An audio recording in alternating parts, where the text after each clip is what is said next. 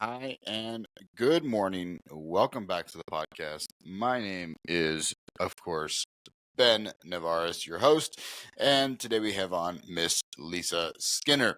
Lisa is a specialist in the Alzheimer's world with books and hold all sorts of conventions and things that we're going to go ahead and get into, and then also just some personal experience inside that world. So, Lisa, thank you for coming on and sharing some time with us today. Hi, Ben. Thanks for having me. It's a pleasure to be here. Well, Lisa, tell me a little bit about your background in the world of Alzheimer's. How'd you get started in studying this space, and then why did it continue to grow? Well, I kind of followed the yellow brick road, and that road started for me close to 50 years ago when one day I went to visit my grandmother who lived just a few miles from us, and I had just gotten my driver's license. So I drove over to her house to visit, and she invited me in. We sat down in her living room, started to have what I thought was going to be just an ordinary, typical conversation. And then she started to tell me about these birds that were living in her mattress, and they came out at night and pecked at her face. I was dumbfounded. And then she insisted that the birds were there, and I just had no idea what to say. This was completely foreign to me. I didn't know where this story was coming from. But then she continued to tell me about the rats that were invading her home, and she pointed to her living room wall and told me that they constantly run back and forth. Can't I see them? And they're taking over, they're invading. And then the last story was about the men that were constantly trying to break into her home to harm her, and they were stealing her jewelry because she can't find any of her valuable jewelry. It's just gone. And so this was a total wake up call for me. I didn't know what to think of it. My mother had never said a thing about my grandmother kind of going off the rails. And so I even said to her, because I had a lot of respect for my grandmother. We had a great relationship. She never lied to me. She was the sweetest little lady in the world. So I just kind of impulsively thought, okay, Grandma, let's go in your bedroom and check these birds out. So I led her into the bedroom. I threw the covers off the bed, did not see any evidence of birds in or out her mattress. I pushed it up, I flipped it over. I was looking underneath, and I said, okay, Grandma, I want to believe that these birds are really there, but I'm not seeing anything. Could you maybe help me and tell me where specifically they are hiding and coming in and out of your mattress? And she looks at me straight in the face and she said, oh, Lisa, they're there. They're just very, very clever. And unbeknownst to me, she had been calling the local police 5, 6, 7 times a day, reporting these same stories to them. And I didn't have a clue. This is the first notion I had had. And so I left. And I went home and I told my mom, and she said, yeah, Grandma has senile dementia. I was like, well, why didn't you say something? And her reply to me was, we don't talk about those things. It's like, okay, thanks for the warning, Mom. Seriously. So things continued like that. And then one day we get a knock on the door, and it's this chief of police. And he comes in our house. I'm standing right there. He sits my mom down and he says, straight to her face, ma'am, you really need to do something about your mother.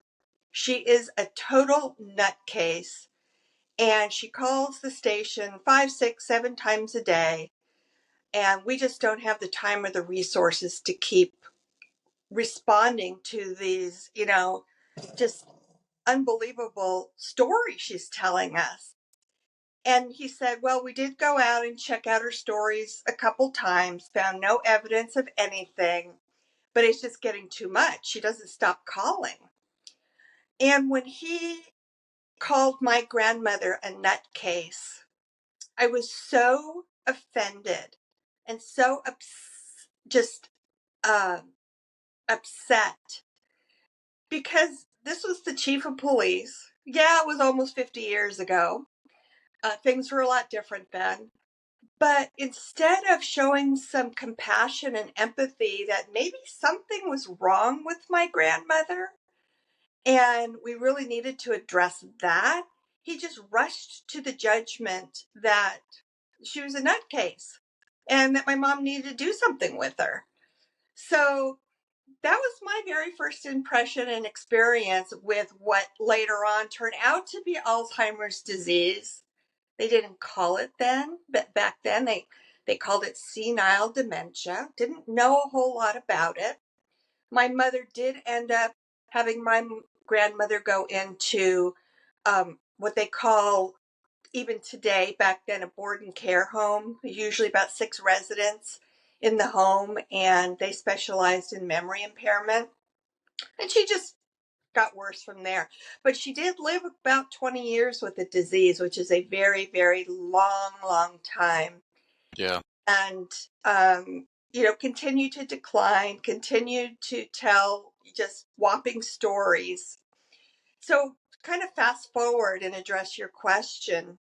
When it was time for me to go to college, I really didn't know what I was going to do. And I took a class in human behavior because I'd always been fascinated by what makes people tick. Why do they behave the way they do? And so I took the course. I absolutely loved it. I was obsessed. I decided right then and there this was going to be my career path. Now, keep in mind, I've got my grandma filed in my memory banks with that whole scenario. So I ended up getting my degree in human behavior, still did not know what I was going to do with it. And I just kind of accidentally stumbled into my first position that was called a community counselor. And it was at an assisted living facility in upstate New York with memory care. And my job was to assess people coming into the facility and decide whether or not they qualified, what type of care they need, the care plan, all of that. And that's really was my first introduction to working with the elderly and uh, especially people with Alzheimer's disease and dementia and memory impairment. And I ended up making a career out of it. So professionally, I've been doing this for 30 years. I have to date, in addition to my grandmother, I've had 7 more family members uh, develop one of the brain diseases that cause dementia, and there are over 200. Alzheimer's is the most well known of them. 5 of those total 8 have been blood relatives. The other 3 were through marriage, so mother-in-law, brother-in-law, an uncle. And on top of that, I actually had a dog who developed doggy dementia. Yes, it's a real thing. So I think this is my calling. I really, I've walked in these families' paths. I really haven't seen a whole lot change. Um, just even dating back to my grandmother, as far as people understanding the illness. So I've written a couple books. Um, I speak all over about this tragic disease because I have found, and I still believe it 1,000%, that the number one thing that's lacking in most people, whether you're a caregiver to somebody with Alzheimer's disease, dementia, or you have a loved one living with it, the number one thing, the key to having a high quality relationship with them is first to understand the disease. and to expect stories like birds living in the mattress and coming out and pecking at your face and all the other bizarre, unusual behaviors and symptoms that we see with this disease that come up completely unexpectedly on a minute by minute, hour by hour, day by day basis. And so if you know that to recognize these symptoms, like the birds in the mattress story and the rats invading the house, because people who live with this disease do what we call hallucinate. They do have delusions. They have false beliefs. So if you know to expect these and then additionally know how to effectively respond to those false beliefs and all the behaviors that you see, this is the disease talking. This is the disease that you're seeing behave. It's not your loved one all of a sudden just went crazy. This is not a mental illness. This is a brain disease. And then know how to effectively respond, the whole entire journey, whether you're a caregiver or a loved one, will be so much less stressful. And you can really then focus on what really matters, and that's spending quality time with that person. So that's kind of the story that led up to why I do what I do and why I still do what I do, because I really have not seen that much change. Things are just now starting to kind of reach a turning point where it's being talked about a lot more. It's trending more regularly. A lot of celebrities are now being uh, diagnosed with brain diseases, and they're talking about it. But this has just been since COVID, so it's been very, very recent. Yeah. So It kind of just it feels like I mean, it just even if I did know what was going on with the disease, it seems almost impossible to not get fatigued. And understanding, yes, that these are definitely some common symptoms, but how does like to do 20 years of that? If I'm not, even if I do know a little bit about the disease, I think any human that's also having career and kids and family and still has to do Christmas and buy gifts, and then you also have your mom or your grandma that's saying there's stuff underneath the bed, or we're being invaded, or there's aliens. I mean, I think the reality is that it's still fatiguing. I mean, there's no way it's not, right? There's absolutely no question in my mind that anybody who cares for somebody, whether they're the family member who goes and visits their loved one in a memory care facility and other people are taking care of them, it is the hardest job that anybody will ever take on in their life, harder than raising kids, anything, because we're dealing with people who um, whose brains are damaged, their brains are changing. It's a very long, drawn out process from A to Z. The average person lives with it from 8 to 15 years. My grandmother happened to be a 20-year person, which is not, that rare. And it is, like you said, Ben, it's such an exhausting dilemma to deal with because you just don't know what's coming at you next. You don't know if you're going to go visit your mom in the memory care and all of a sudden she's going to start screaming at you and cursing at you and calling you a different name because her short-term memory just short-circuited and she has no idea what your name is, but she knows that she knows you somehow. How do you react to that? So these are all the things that come up with this disease that I prepare people for and tell them how to respond to these occurrences that come up, and they come up regularly and unexpectedly. This is the disease. So how does somebody respond? Well, and I've also led support groups for family members, and I have heard from thousands of family members over the 30 years that I've been doing this. That's probably one of the most hurtful things that they have had happen to them. They'll go visit their parent and their parent starts calling them by a different name. And they, clearly don't recognize them as being their daughter or their adult son. I explain to them why that happens. So that's the first place that I start, which I've come up with analogy to help people understand why that occurs. And then I teach them how to react to that situation, which is to go along with the false belief. So what are those analogies?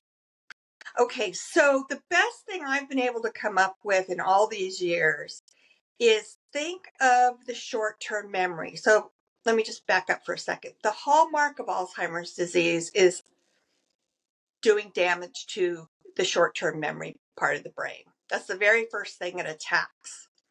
There are other hallmarks of some of the other brain diseases, but the most common brain disease that causes Alzheimer's is damaging the short term memory. In the very first phase of the disease, the early stage, that short term memory is pretty well functioning, and you don't really notice any significant changes in personality and behaviors. Most people are not even diagnosed with Alzheimer's disease until they're already well into the mid stage of the disease, because in the beginning, the signs and symptoms are so subtle that doctors really cannot differentiate between normal aging forgetfulness and something more serious developing like brain disease, Alzheimer's. When it really becomes blatantly obvious is the mid stage of the disease. And that's typically when the family makes an appointment for an evaluation. There is no definitive way today to officially diagnose Alzheimer's disease. It's more of a process of elimination. What is this not versus what is it? And after they've eliminated every other possibility, then they'll usually say, well, I think she has Alzheimer's disease. The only way we know right now to definitively diagnose Alzheimer's disease is after death upon an autopsy by slicing the brain and seeing plaques and tangles in the brain. So, and to give you an example, I don't know if you remember a very famous actor and musician called by the name of Chris Christopherson. Very, very famous gentleman. I know I'm dating myself. If you're, a baby boomer, you'll know the name. But just case in point, and to use him as an example, he was showing all of the symptoms of Alzheimer's disease. His doctors gave him a diagnosis of Alzheimer's disease. He was treated for Alzheimer's disease for 3 years. And then another doctor suggested testing him for Lyme disease, and it turns out he was positive for Lyme disease. So in his case, he was completely misdiagnosed, been treated for Alzheimer's for 3 years, and it turns out he had Lyme disease. So my point here is there's no tools or tests available right now to definitively say, yes, this person has Alzheimer's disease. We think this person has Alzheimer's disease because we haven't come up with anything else, and all the signs and the symptoms are there. But that's kind of the way things stand now. So the analogy is, think of the short-term memory as being hooked up to a switch, an on-off switch, like you turn a light on and off. By the mid stage of the disease, that switch is flipping on and flipping off constantly with no warning, no signs. By the end of the disease, the switch is either mostly off and the person really does not have much of their short-term memory left over, or it's off completely and they have no short-term memory. So when that happens, that person brain is pulling from their long-term memory banks because the long-term memory stays intact for the entire disease. So this is why in the mid stage of the disease, when that switch is flipping on and off, on and off, on and off, like a light switch, just randomly with no warning and out of the blue. When it's off, they're pulling from their long-term memory. When it's on, the short-term memory is functioning and they're thinking clearly and they're in the same reality that we are in. So what happens, the reason why it might happen that you go visit your mom in the memory care and all of a sudden she starts calling you by a different name. Well, guess what just happened? Her short-term memory switch just flipped off. She's pulling from her long-term memories and she's now gone back into a different time period of her life. And I'll use my mother-in-law as an example because this happened to her regularly.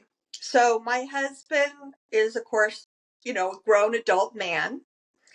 And sometimes when we visited her with her Alzheimer's disease, she would call him by his name, which is Roy. Knew exactly who he was. You're my adult son.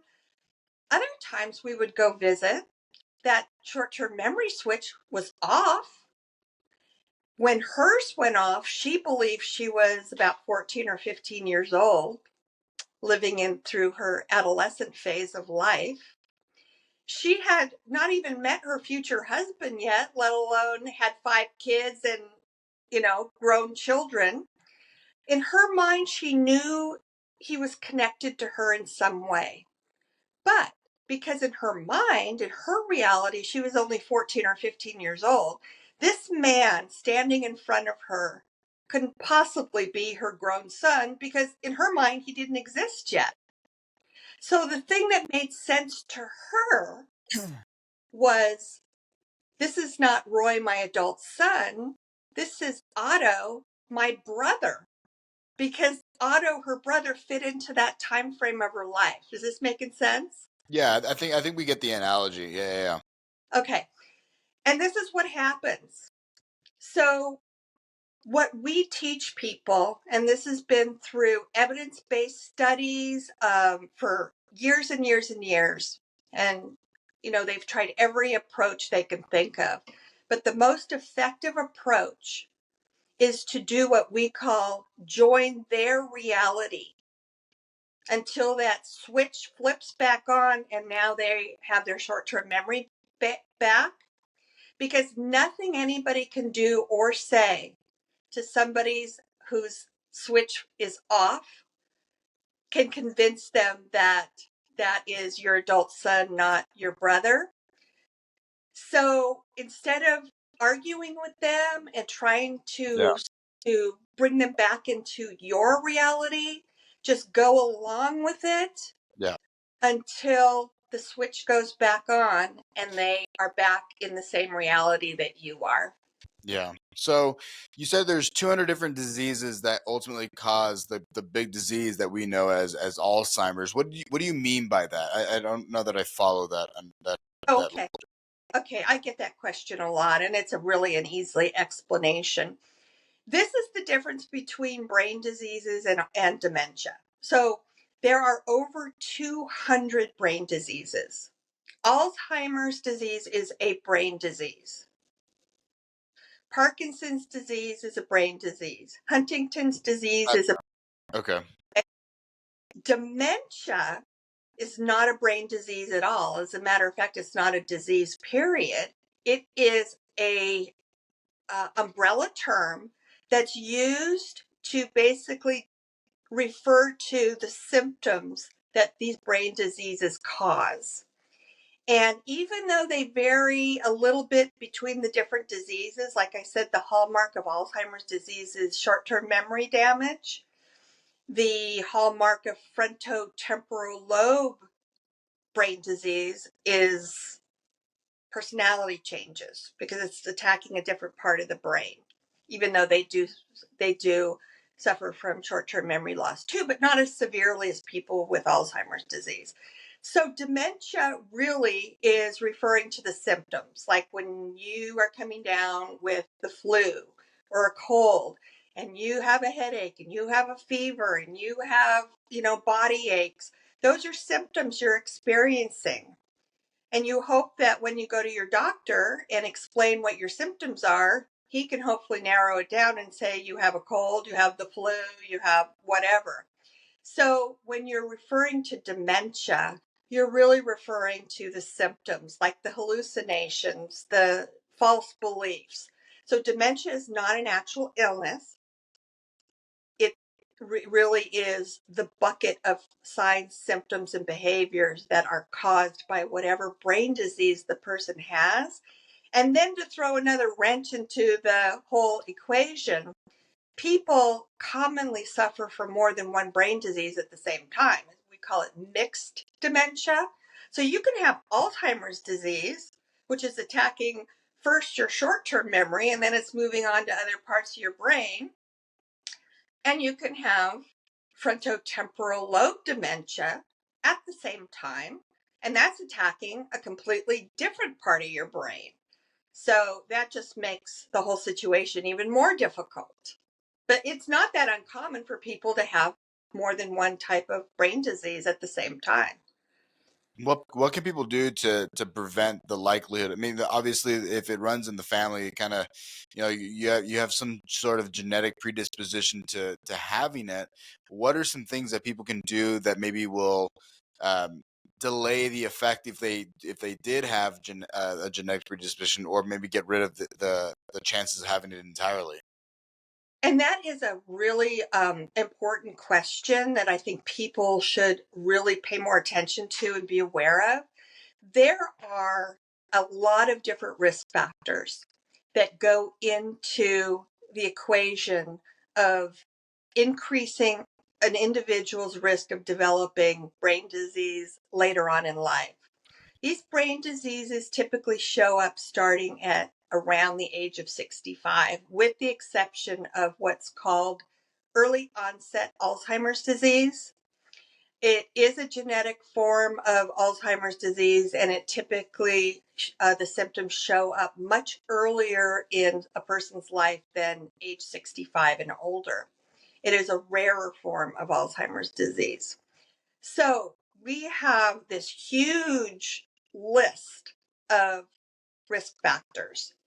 Some of them are what we call modifiable. In other words, if that risk factor pertains to you as an individual person and you have a modifiable risk factor, there are things you can do to change it from being a risk factor and not adding to the pile of risk factors that apply to you and continue to increase your risk of developing it.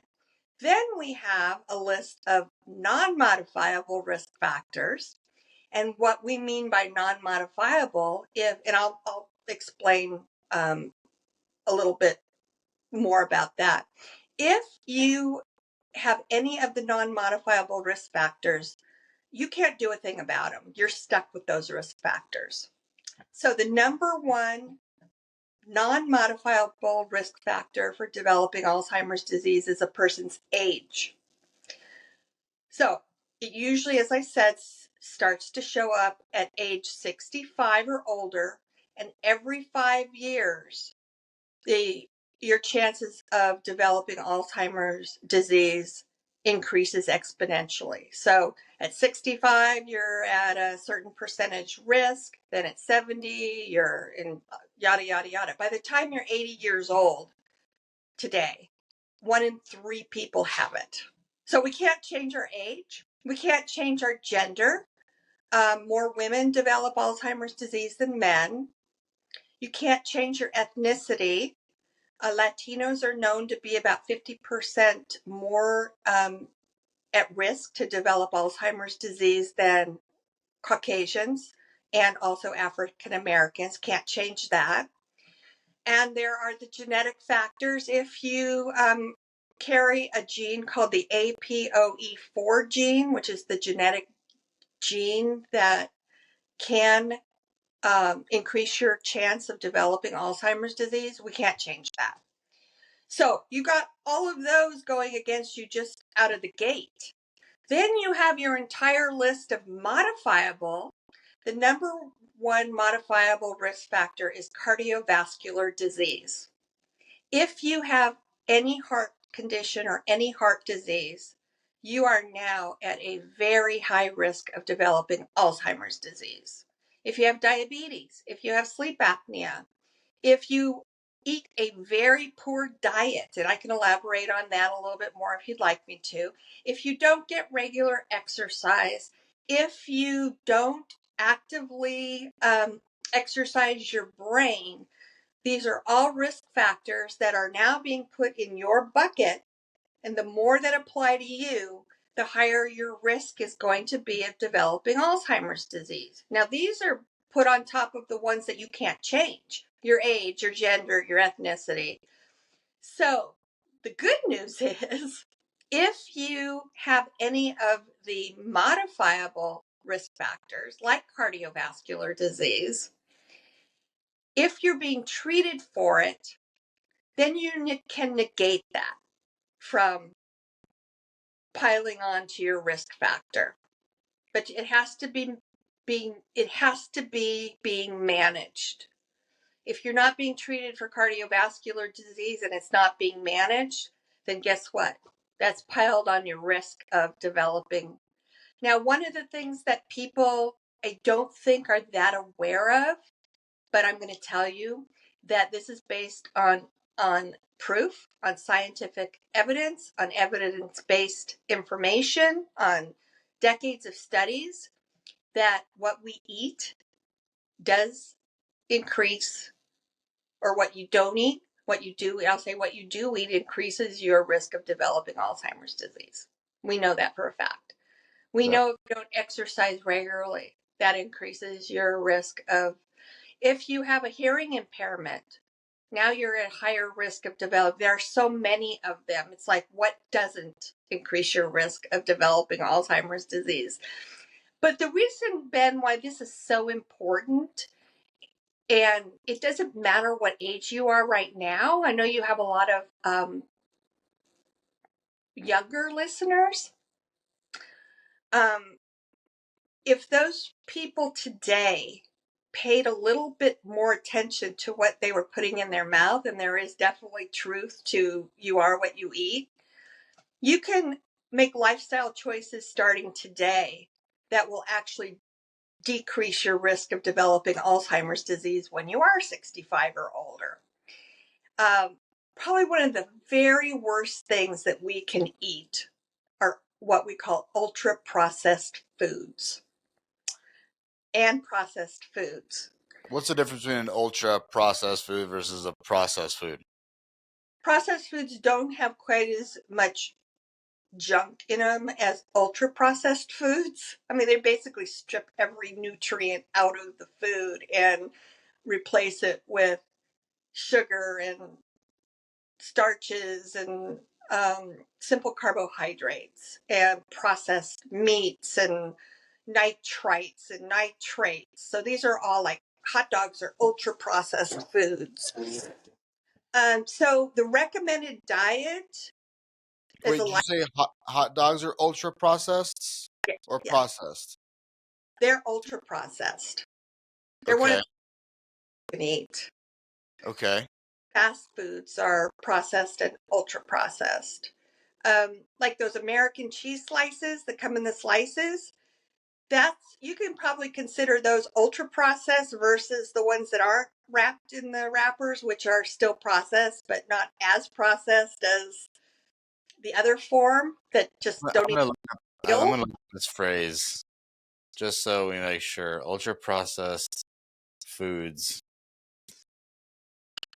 Ice cream, ham, sausages, crisps, mass produced bread, breakfast cereals, biscuits, carbonated drinks, fruit flavored yogurts, instant soups, and some alcoholic drinks, including whiskey, gin, and rum, are considered ultra processed foods, versus some processed foods would be um, any foods that have been altered in some sort of way during preparation. Food processing can be as basic as freezing, canning, and cooking.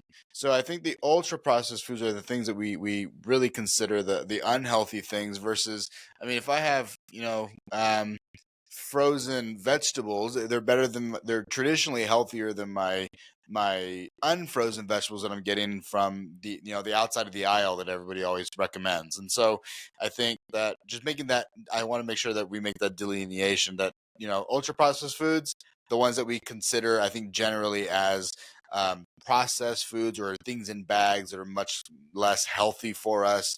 The things in the middle of the aisle usually, versus a processed food in general is a food that has gone through a process. So it sounds like I could even have my meats. I mean, everything I guess is technically processed in some sort of way, right? Like my fruits, my veggies, we're all in a process of picking, shipping, and cooling, and then Those, finally arriving. those are a natural process. Anything that you take out of the ground is not been additionally processed. It just says um, food processing can be as basic as freezing, canning, or even cooking is the definition. So if you eat fresh peas versus frozen peas, then it's not necessarily that the frozen peas are that bad for you, but the fresh peas are better for you. That's kind of Traditionally, the frozen peas are better because they lose less nutrients on their shipping, right? Because heat degrades any nutrients, and so if it's just same thing as cooking. If I cook my food, it's going to be usually some items, like some proteins will then unfold, and so then I can consume them. My body can assimilate them a little bit better, but generally when I was going through my food science courses at A&M, or during my university time, we want to recommend more people to have those frozen veggies because they have been flash frozen, and so then therefore they keep more of their nutrients during that process. They don't degrade, or they slow down the aging process of the actual the tissue or the item. So I think that just making sure we those items that are that are unfrozen, that you can get, that are like maybe your unfrozen peas, could they be healthy if they are a local item? Yes. But if they came from New York and I live in Las Vegas and they shipped over here and they spent all that time in a truck and they got washed in food and hands, probably not nearly as healthy as something, or as nutrient dense as something that was same thing, maybe also picked in New York, frozen, and then now has less time and in bags, less hands touch it, less chemicals are coming at it from the outside, and then it ships to me, it preserves a little bit better. Well, sounds like that's more along the lines of your expertise than mine. I didn't realize that you had a food science background, but yeah, everything you say makes total sense to me. Your audience is to kind of simplify things.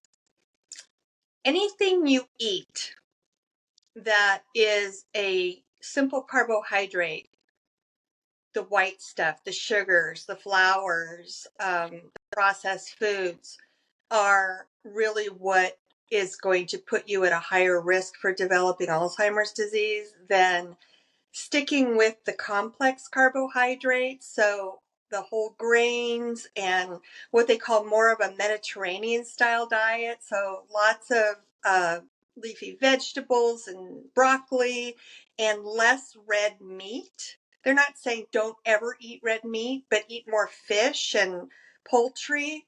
And so that's the recommended lifestyle choice to now reverse that risk factor from your life. And then in addition to that, getting regular exercise. And that doesn't have to be no pain, no gain mentality like they used to tell us. It can be walking 20 minutes a day will be, will be so advantageous to any of us, no matter what age we are.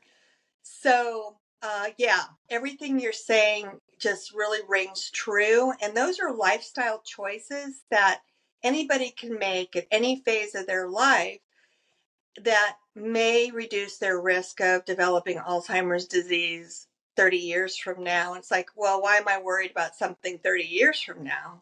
Because the choices you make today could mean the difference between not recognizing your adult son and recognizing your adult son when he comes to visit you. So, and then there's that APOE4 gene factor too. If you carry it, does that mean you're definitely going to get Alzheimer's disease? No, it does not. But it certainly does increase your risk of developing Alzheimer's disease. Alzheimer's disease runs in families. I have 5 blood relatives who have succumbed to Alzheimer's disease. I don't know if I carry the gene because I've never been tested for it, but I know I'm high risk. I live with that every day. I make healthy lifestyle choices to reduce that risk, but it's a disease that does not discriminate. I might be lucky and it might skip over me, or it might not. But I will not know that probably for years to come. But I do know that if I make certain choices today, I'm lowering my risk. So that's basically the choices that we make is, do you want to take that extra risk, or do you want to do things today, starting today, or even if you're 75 today, that might help you avoid getting this tragic, tragic disease?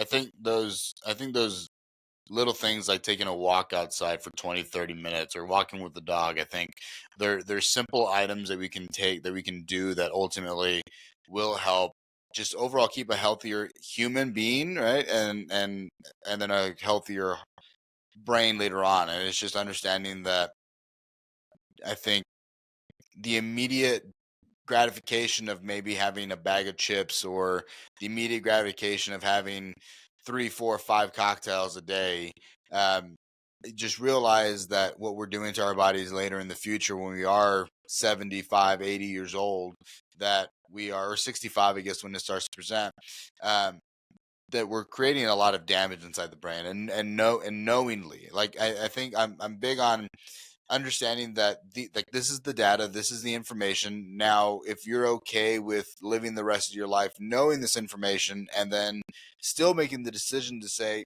I'm still gonna drink, I'm still gonna not work out, I'm still gonna.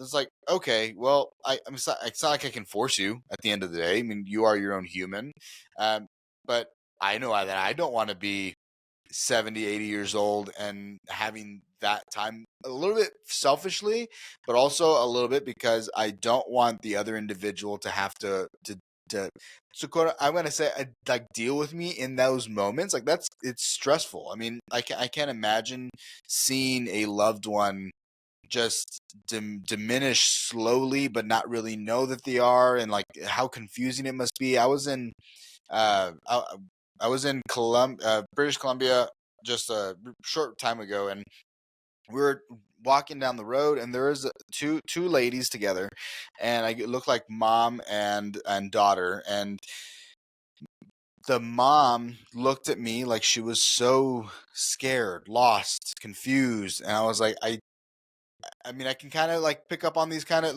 like these immediate cues usually, because I do work in this space of exercise physiology, and I was like, I think that she might have some sort of, she might be having the symptoms of dementia in this current moment.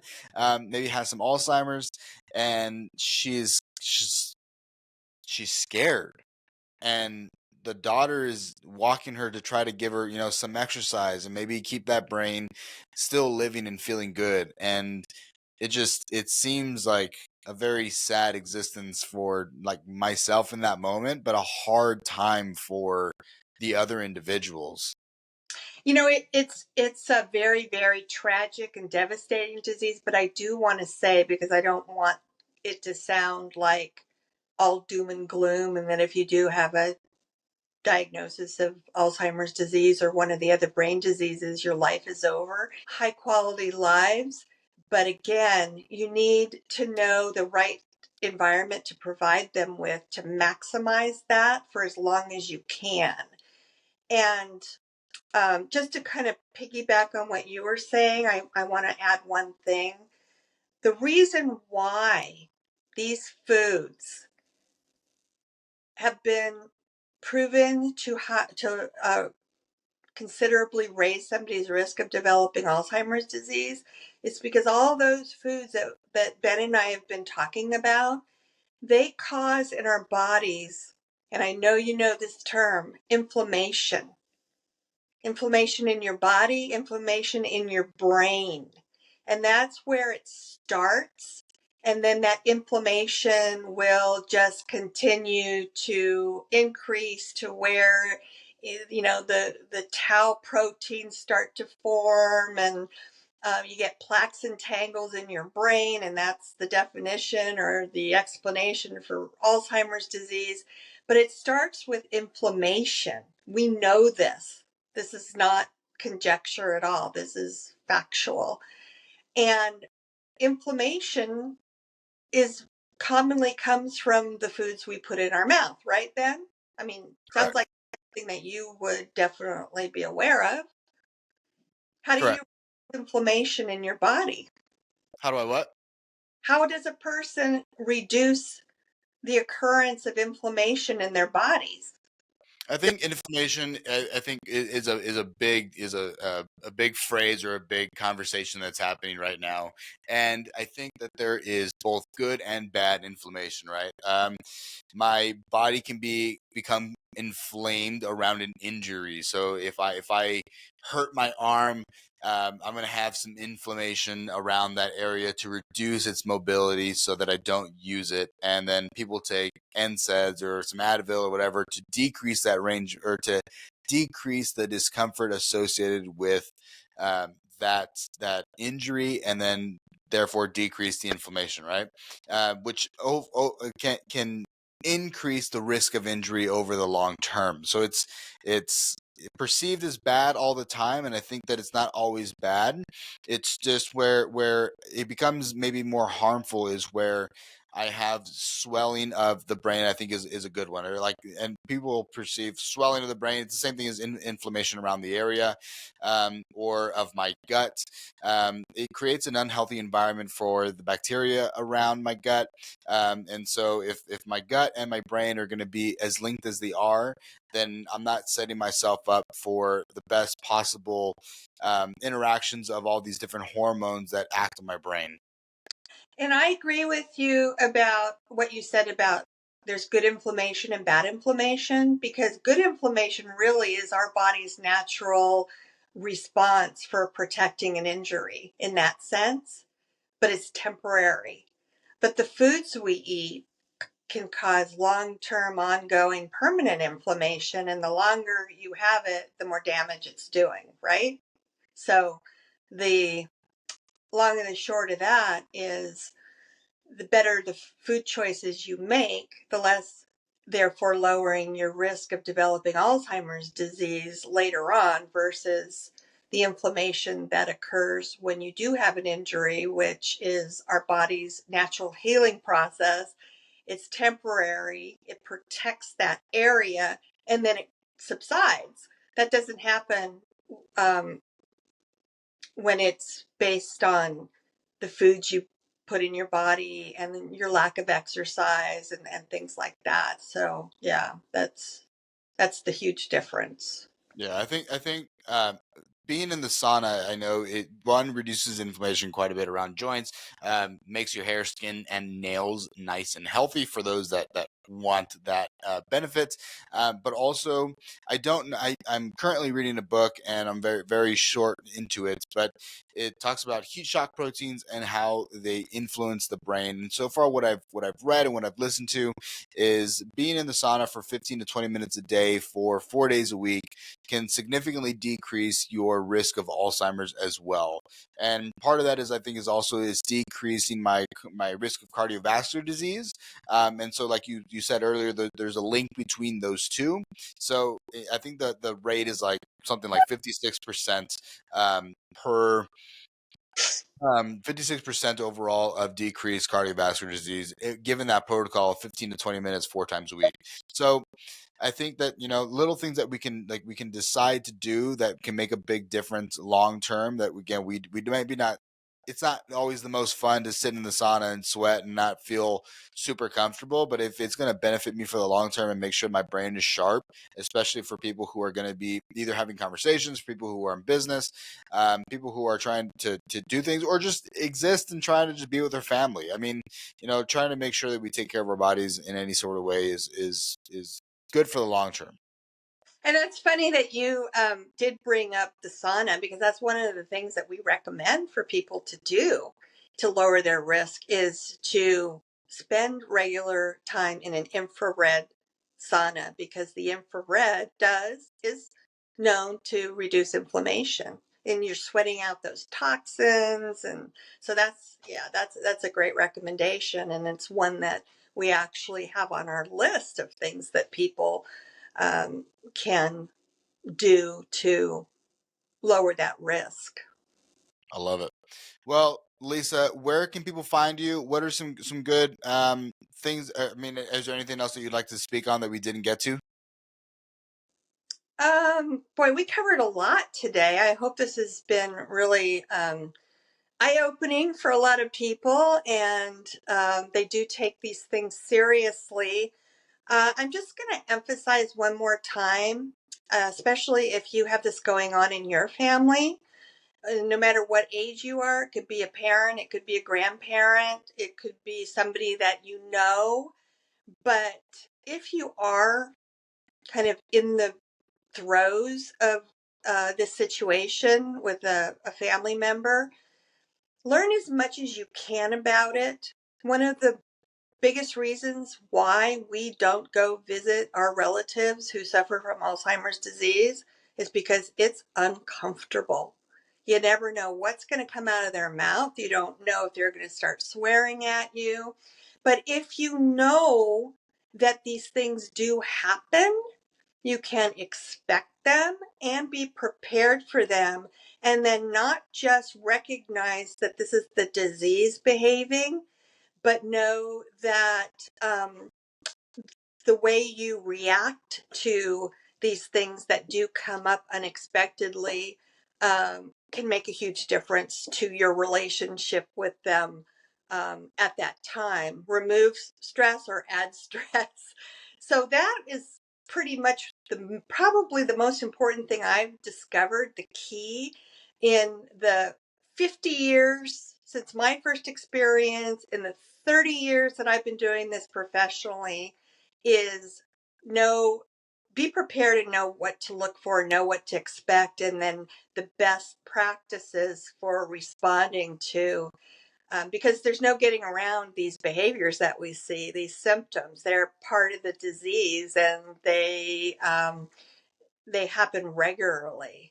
So hopefully this has all been really helpful information. I've had people actually tell me, clients, that when they were kind of my age, like a teenager or even younger, and they had a grandparent who suffered from Alzheimer's disease, and they'd go and visit them, they were so freaked out by what they saw this disease does to their loved ones that even as older adults, they never really, came to terms with it. And the projections based on the baby boomer generation, um, a lot of the older baby boomers are now turning 80.